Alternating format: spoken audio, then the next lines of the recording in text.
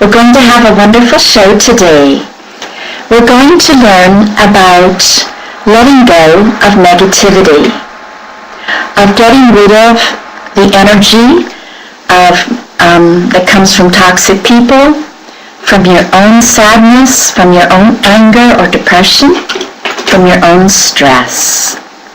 Getting rid of negativity from a place or a location. We're going to learn, once we get rid of it, then what? How to transmute it, how to transform it into beautiful white light and ingest it for yourself, others, and even the earth herself. How cool is that? We're going to do this with sound, a very, very powerful medium. My name is Jill Matson, and I'm a sound healer. I've written 3 books, and I have 8 sound healing CDs, featuring beautiful music that I channel, and in the background are frequencies that produce light in your aura, tune your body organs, tighten muscles in your face and neck, give you vitamins, and more.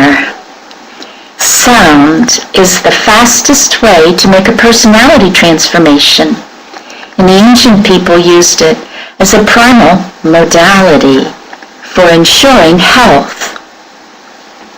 Okay, my website is jillswingsoflight.com, and I got a new website featuring ancient sound healing techniques at ancient-music.com. And you can play with ancient sound healing methods from Egypt, Atlantis, Greece, China, India, Dark Ages, Middle Ages, etc. Whole lot of fun. We're going to start our show today with a prayer and a blessing, as is customary in Doves for Peace. So, here we go. We're going to remember a time when we felt really, really beautiful. For me, I'm at the beach, and the sun is on my shoulders. I can hear the ocean, and I can hear the seagulls. The ocean comes in and out. In and out. In, out. In, out. We're going to imagine the country of Africa. And all the people in that continent that are feeling pain, that are crying, that are depressed or stressed, angry or upset. We're going to give a sound to it, not just me, but you too. We're just going to use our imagination. You can't go wrong here. And here's my imagination, pretending that I represent the pain in the continent of Africa.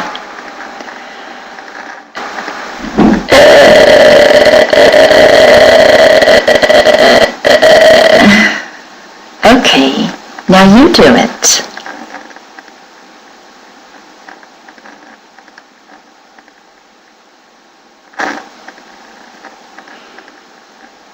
And when you do it, pretend that you're feeling the pain of Africa. Tie into the pain. You will touch with the actual pain through the frequency of resonance on a very, very subtle quantum level. Now we're going to take that pain in our imagination, so everybody can do this, and we're going to raise it an octave. An octave is just a musical term. It is the same note, just higher or lower. C, like that. So I'll do it first and then it's your turn. Okay.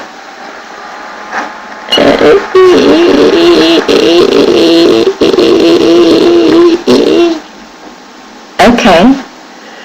That's not too impressive, and I'm sure everybody can perhaps top that. So now you do it. Take your imagination of your representation of pain in Africa up an octave, and you sound it.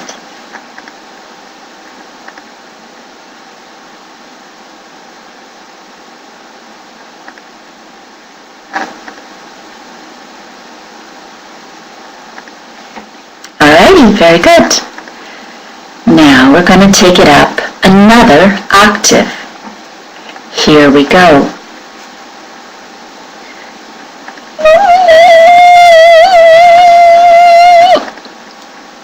And if you can't make another octave with your vocal cords, then make it in your imagination. Pretend that you're making that high sound and hear it in your imagination. Okay, your turn.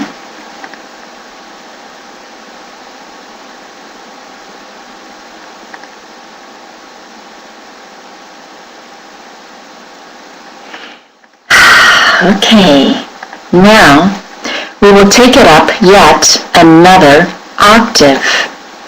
So here we go. In my voice, I definitely can't go up that high, so I'm going to do it in my imagination, and you're going to do it along with me.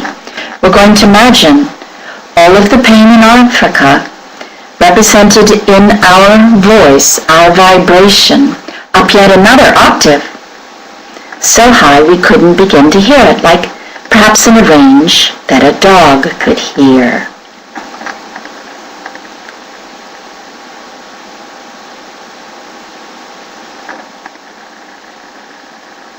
Beautiful. Now, as we keep raising it octaves or making it higher in pitch, I want you to imagine that this sound now is going way above our head. So the sound now is going to go up yet another octave higher. We couldn't even begin to hear it. Just like we can't hear light, it's way too fast. But it's going up high, and we're going to pretend that we can see our whole house looking down. Up, imagine it another octave higher. Now notice that this feeling is transmuting. It's changing. You took energy tying into pain, and we are changing the pain energy, literally on a quantum level. But that can be quite significant. Okay, here we go.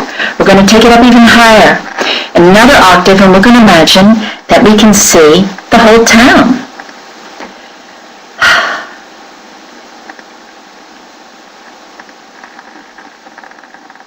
Beautiful. Now we're going to go up yet another octave, and we can see our whole country, the whole country, and sing that sound in your imagination. It's up so high, it's starting to feel pure and beautiful.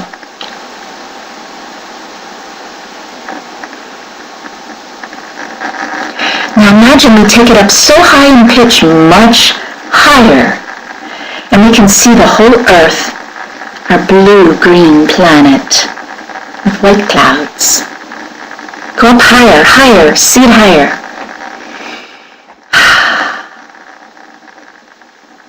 Beautiful feeling, it's radiant, it's beautiful, translucent. And I'm going to take it up so high in pitch that now we see our whole solar system, the sun and the planets revolving around.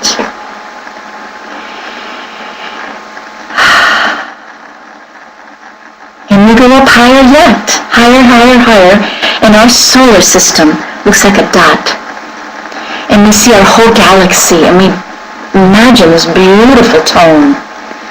So powerful, so beautiful.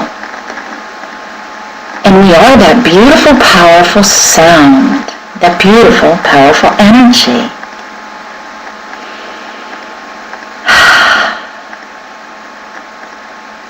Now go up again, and we're in the heart of Mother, Father, God. Feel feel beautiful pink energy, love, absolute, unconditional love. Everything is perfect. Everything is okay. Every cry or pain from Africa is healed and is blessed and is beautiful, is powerful and is peaceful, joyful, loving beyond our imagination.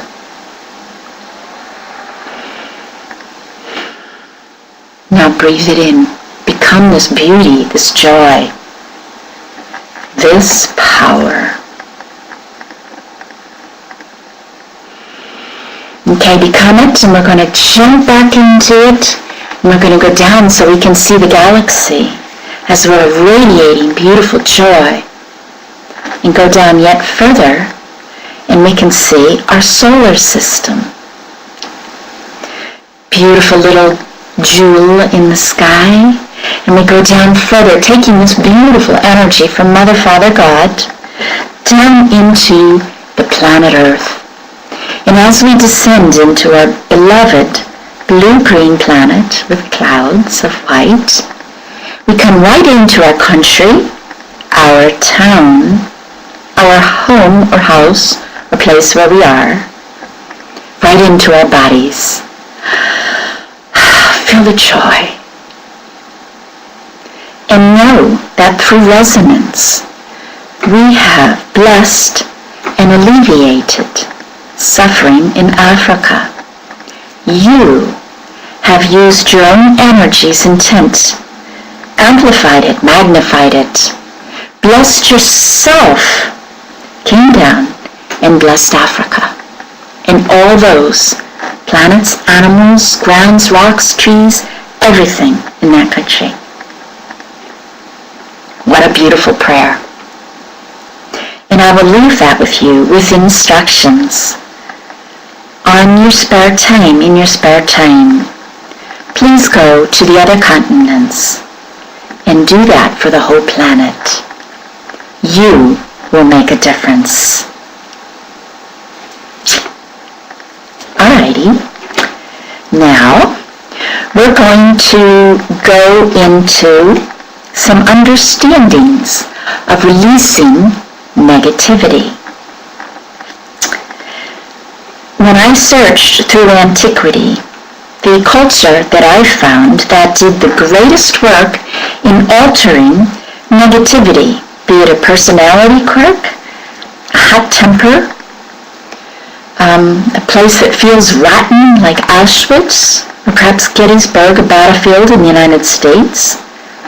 When you go to places where horror has occurred, man, it feels really rotten.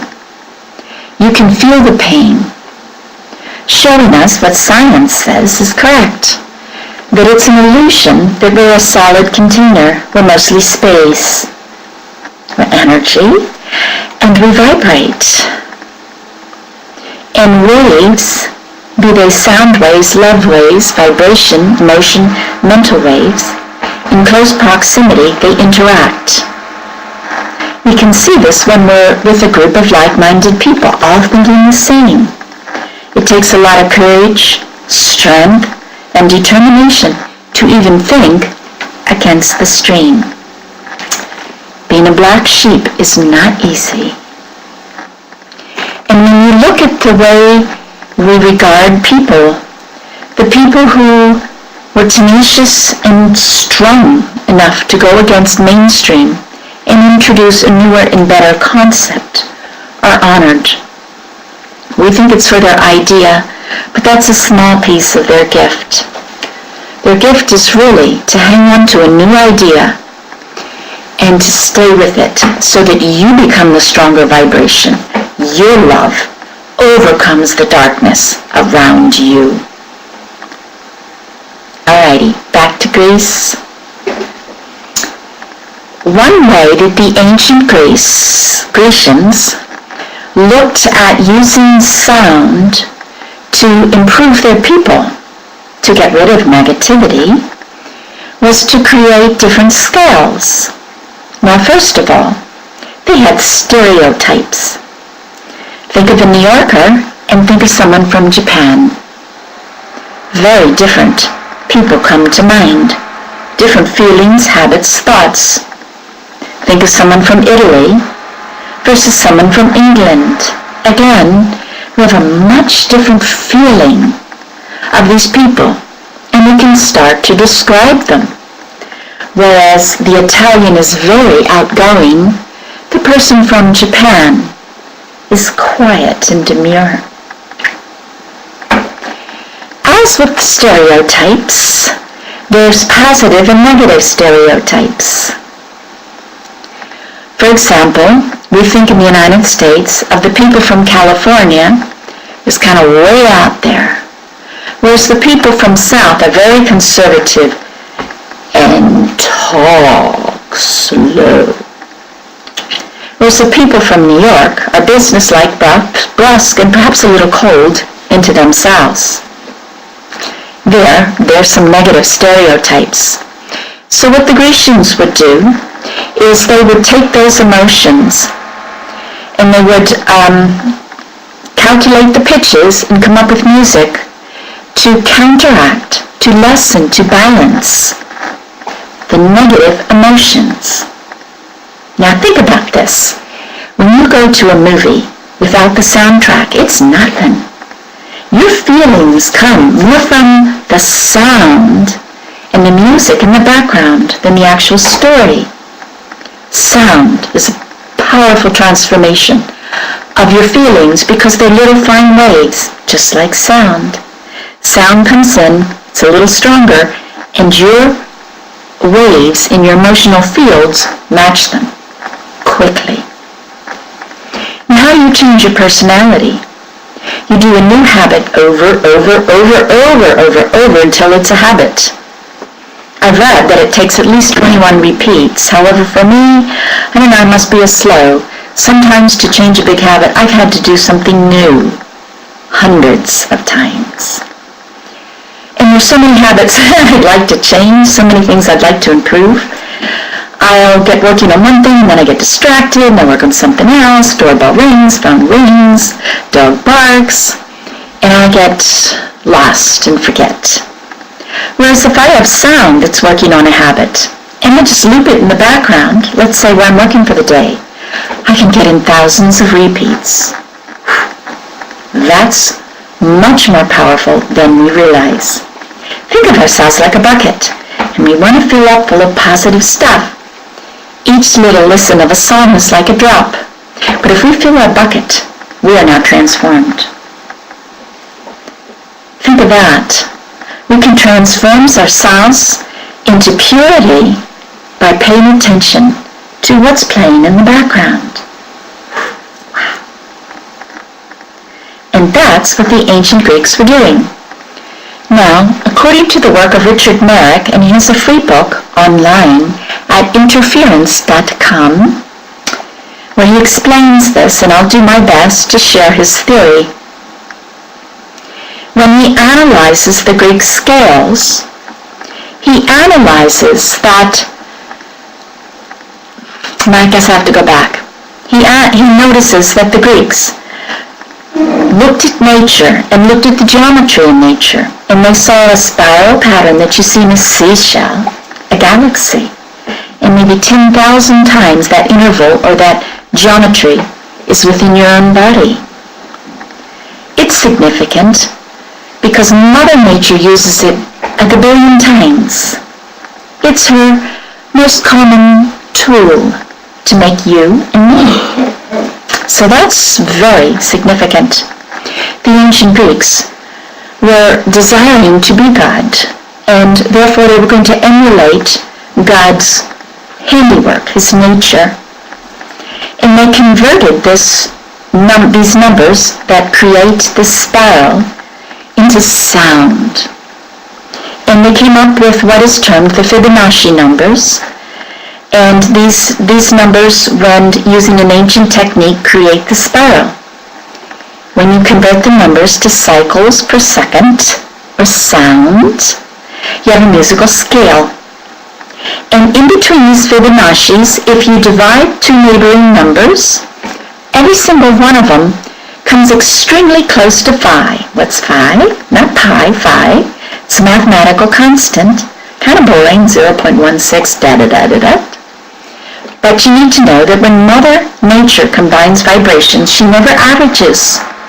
So whenever she combines waves and the resulting wave is an irrational number, you get this bending in nature. So like when you were to look at the sounds of waves interacting as a tree grows, the mathematics is easy, and then you have two numbers or waves that combine, and you get an irrational mathematical combination, or phi, close to phi, and the first number is a little under phi, goes off to the right. You go straight, then you go a second number that reaches phi, or mathematical ongoing number, goes off to the left. And you can see how the branching and spiraling pattern is created by phi, making phi very important to the Greeks. And if you look at a 5-pointed star, you'll see that it's a phi machine. It's like maybe dozens and dozens of phi angles and energy within that 5-pointed star.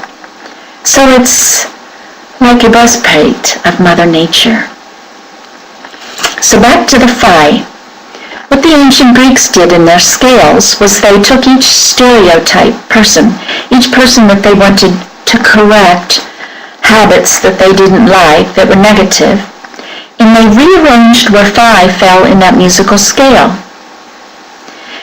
And this was, I'm being theoretical here, but think of your brain as like a container. And vibrations, of course, are going to go back and forth from your brain, and they're going to hit off and bounce off the edge of your skull. Now my skull is a little different shape than your skull. So the wave interference pattern in my skull is different than yours. And where those vibrations characteristically hit in the area of my brain that processes emotions, therefore, is different than yours. Said differently, I have a different personality. So by rearranging where phi fell in a musical scale, and assuming that vibrations from sound ricochet off your brain differently, they were creating scales and music that altered different tribes' personalities. Now let's talk about stereotypes. I think I read someplace the two countries in the world that have the least amount of intermarrying are Finland and Japan. But take the United States and Canada, man, what a melting pot. So in ancient times, the melting pots went around. The amount of intermarriage between tribes was small indeed. When you read the ancient Greek literature, they talk about a tribe like being one person, like a group soul. That the philosophers would say, if you've met one, you met them all. They're all the same. They look alike, they act alike, they react alike. So the Greeks carefully produced music to balance out chinks in each tribe's armor, making their people stronger. I thought that was really cool.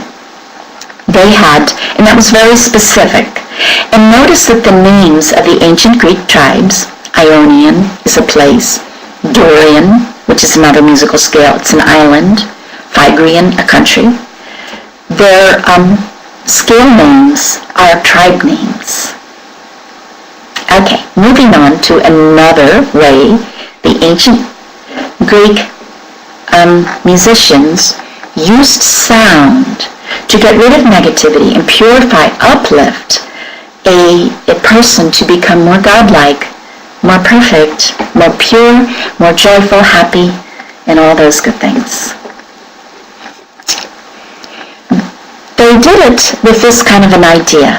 Think about you worrying. I think about me worrying. Now, worry has a certain cycle per second. It's a wave, it's an energy. And through resonance, which is science, repeatable, energy transfers on the same frequency. You can see it in real life by having two violins close together, and then you play an A on one, And you don't touch the other violin, but the A will softly sound. Magic. Energy transfers on the same frequency. So, if I worry and I have a dark manifestation of a certain frequency, such as worry, it is going to transfer to everything in my body. It is that exact same frequency, which happens to be the lining in my tummy. If I worry enough, I get an ulcer. And this energy can accumulate up to such a degree that it'll bore a hole right in my stomach and I have an ulcer. So there you have it, the mind-body transfer. So let's say I don't worry enough for an ulcer, I just worry a little bit. And I have this ugly crap in my stomach. But it gets stuck, literally, in my stomach because I have the dense lining of my stomach and my skin, and all this negative energy gets trapped right in my gut. So how do I get it out? Well, first of all, I would suggest that this is one of the purposes of yoga, to get in odd positions, to stretch your muscles this way and that, to allow negativity to release subtle quantum negativity or emotional negative energy, however you want to view it. So what the ancient Greeks did with sound, if they wanted to get rid of worry, they would produce a frequency that matched worry, and then they would play music that matched worry. And so if I want to get rid of the worry in my tummy, I can vibrate it loose and kind of like shake it free and try to grab it right out of my stomach. Take that negative stuff out. Now, the cool thing about this is that music is so inexpensive and accessible. Unlike a massage or a nutrient that you would buy by a bottle, you can use the CD over and over and over again, making it powerful and accessible. As a gift, I have created the Healing Flower Symphonies to emulate these ancient processes, to give people incredible emotional cleanse and transformation. They're called the Healing Flower Symphonies. And I have two of them. Here's one. Let me see. Can you see that? There. Anyway, there's one, but there's two of them. And here's my story of how I created these. A friend of mine was into the Bach flower remedies, and that's an indigenous ancient method of healing, with the idea that if you had perfect emotions, you had perfect health. So they noticed that flowers have beautiful energy, but very specific energy. A rose feels beautiful, yet a daisy is cheerful. So if I wanted to stop worrying, I would fill up with daisy energy. If I'm cheerful all the time, it's kind of hard to worry. And so they create flower essences that you buy by the vial, a homeopathic remedy that gives you the cheerful or virtue of a flower. So I got the soul flowers, I got 12 of them that my guide said clear your emotional body. And I got the frequency. If I were to play the frequency of niacin, your face will flush. You don't have to take that pill. You ingest sound. So I play the frequencies of 12 vials. You take 12 vials. Before I learned the importance of cathartic release, I tested my music in a nursing home, in a place where people were depressed. And in fact, they only listened to me play violin because they were waiting for the lunch doors to open. And most of them couldn't walk too well, so they were a captive audience. So I played happy music, and I kept thinking they were going to hit me with their canes. I mean, they didn't like it.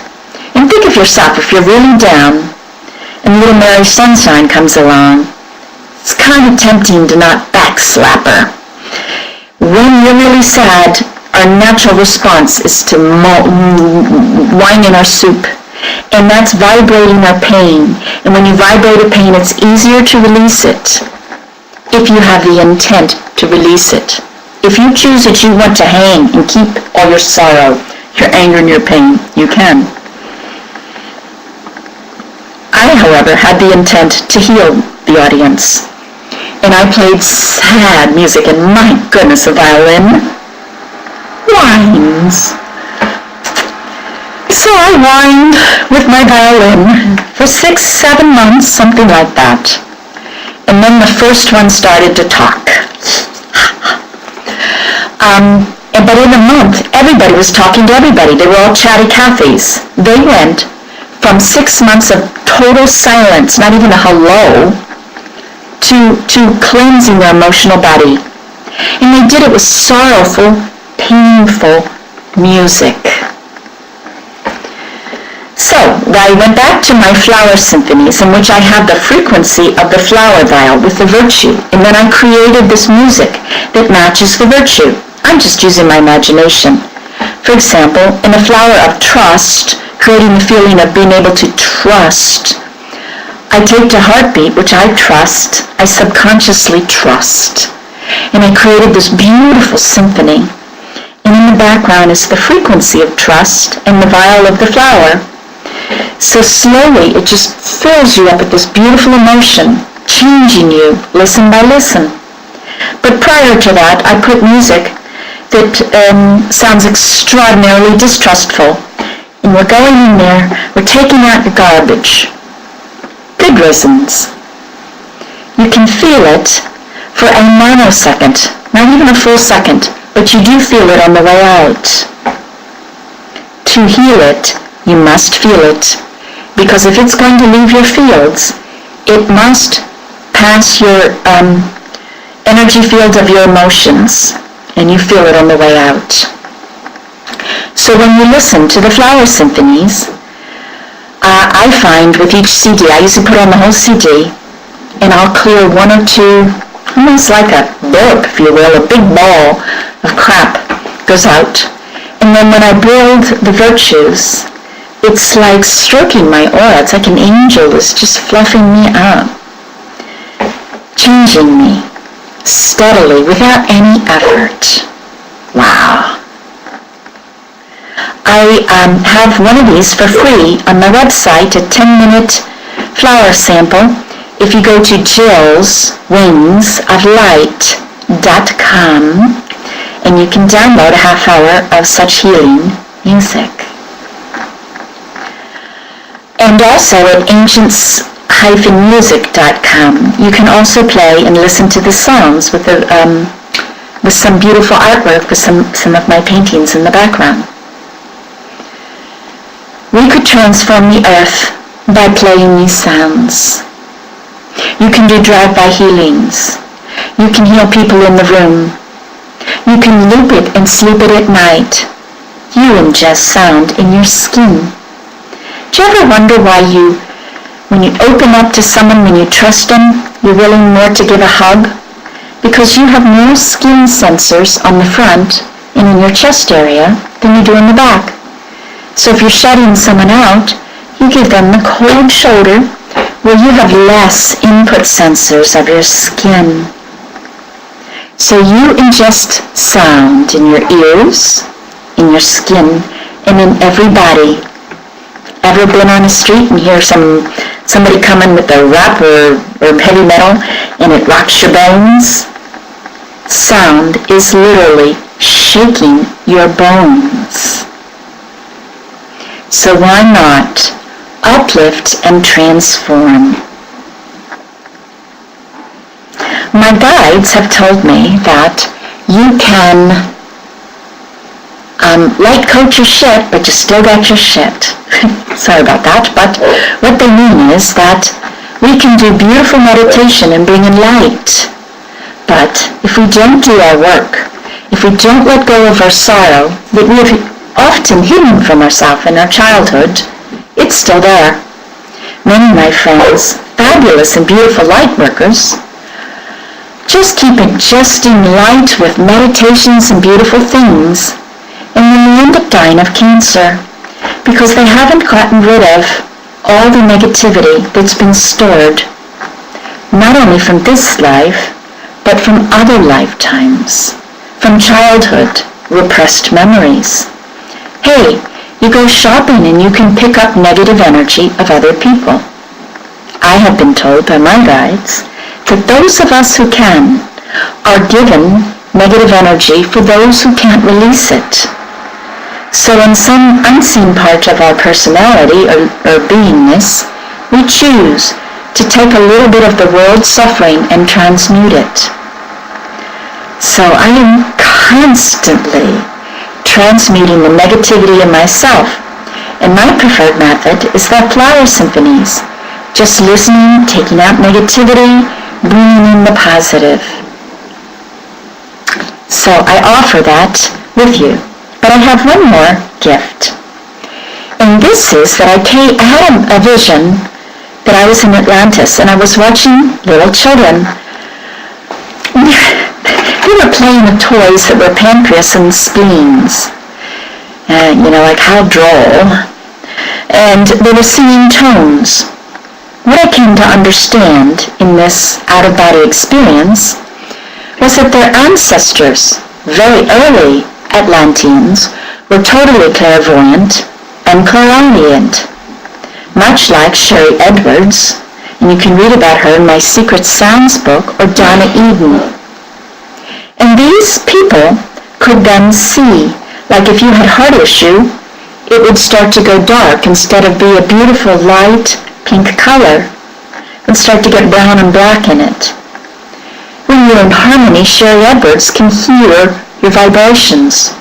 If you have something like diabetes, you have a characteristic, nasty sound that vibrates and goes out of your body.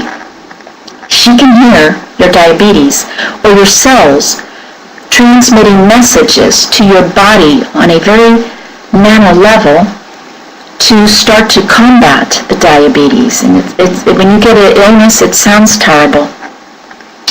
So they could hear and see as soon as something in their body started to decay, go south, get in trouble. So then they would simply sing it back. So let's say you have a heart and it goes, they would start to sing, and then imagine pink and feel love and joy. The stronger wave always overcomes the lesser. They would do that until the heart became healed, harmonic, and healthy, light, pink, fluffy, and sounding good. I realized after I had this out-of-body experience that this was another gift I could bring forth. With science, it's quite easy to come up with the frequencies of healthy organs. I also know from the work of Sherry Edwards, again, referencing my book, Secret Sounds, Ultimate Healing, that many processes in your body are harmonic cascade. Now, what's a harmonic cascade? A harmonic cascade is a sound, bang, and then after ripple. Think of like a big clock, and you pull the pendulum out, it goes gong, and then it goes back and forth, and it gets lesser and lesser. In sound, a wave makes a pitch, and then has lesser and lesser pitches, but they get higher, and they get higher in frequency. They get higher according to a mathematical formula. And in this mathematical formula, you can look at the math. It's always the same. Sherry Edwards put frequencies to your process of digestion, finding that your entire digestion process is one big harmonic ripple. Think of dominoes all lined up, and if one falls over, then all the rest fall over. And that's how your digestion is. If you get one harmonic out of place, the rest go. So, listening to harmonics and everything in your body is one big wave pool, and harmonics are incredibly important to health. So, I have a CD, a meditation CD called Deep Wave Body Healing, in which we start with the frequencies and the music put to in the key signature of a healthy organ. And I put the tones, and very subtly, because those are the most powerful ones for your body, put the tones of the healthy organs and the harmonic cascades in the background. And you can see throughout antiquity remnants of this process, particularly with the ancient Chinese. We have the colors associated with healthy organs and the feelings associated with healthy organs.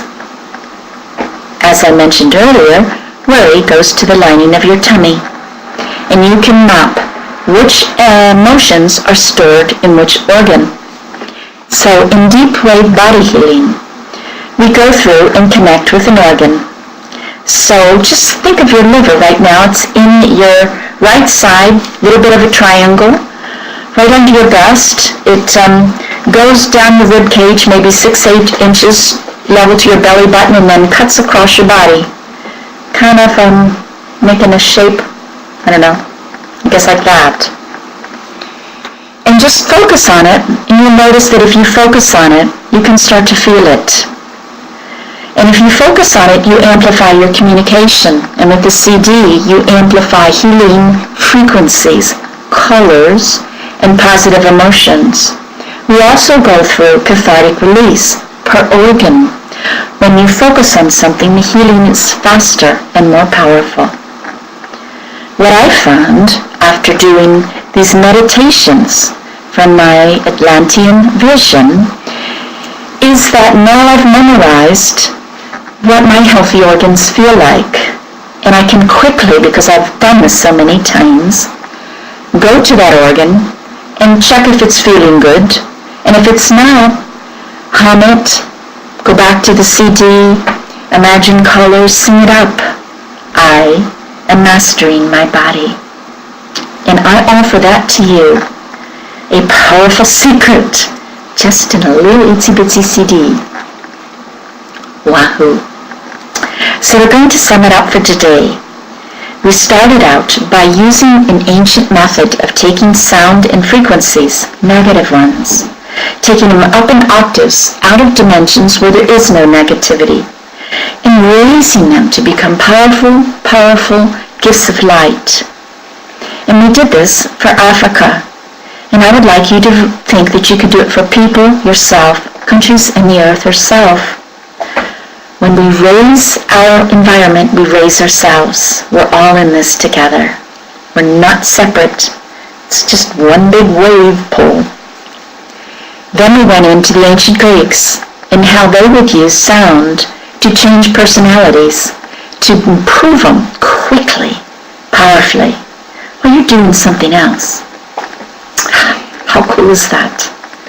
Finally, we went into the flower symphonies, an easy tool where there's a sample at jillswingsoflight.com on the homepage, where you can use sound to pull out your negative emotions and bring in virtues.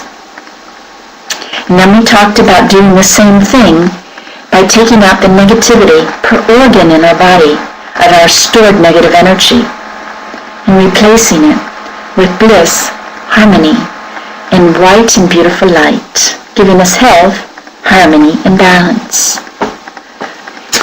And I have a prayer for you of health, harmony, and balance. And I leave you with blessings.